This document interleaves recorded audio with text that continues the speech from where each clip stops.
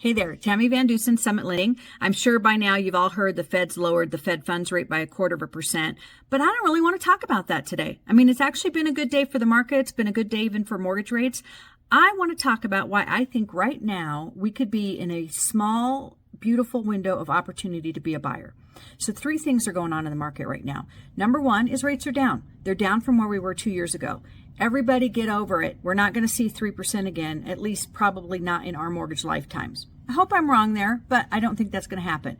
Number 2 is that there's a lot more inventory on the market. You know, just a few short years ago, we were in a seller's market, and a lot of my buyers were in a bidding war. They weren't getting closing costs paid for. Prices were driving up through the roof. So this is actually good news that we've got a lot more houses on the market. You can go out there and take your time, really look about what you want. I just had a client that looked at 34 homes before they finally settled on one. So there's definitely a lot more stuff on the market. We're also seeing sellers negotiating a lot better. So we're seeing sellers paying closing costs, buying down the interest rate, dropping the price, fixing inspection items, some of those, beautiful things that we didn't have happen during a seller's market. And then the third thing that I'm seeing is more price drops. So as houses sit on the market a little longer, the seller drops the price.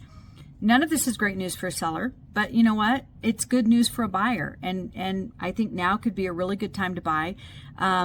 Besides the Fed's talking about the interest rate dropping, and that's kind of a mixed bag of good news, right? Because if we're lowering the interest rate, it means that the economy needs some stimulating. But at the same time, we wouldn't do that when we thought inflation was high. So I'm actually taking this as a good positive sign that the economy is starting to see some traction. 2026 could be a good year.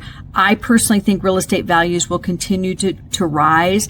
We could see a little dip over the next couple of months as more inventory hits the market. But overall, real estate's always a great investment. Sometimes you just have to hang on to it a little longer than what you plan. Have a great day. If you have any questions, of course, give me a call, and I'd love to help you figure out what you qualify for and if now's a good time to buy for you.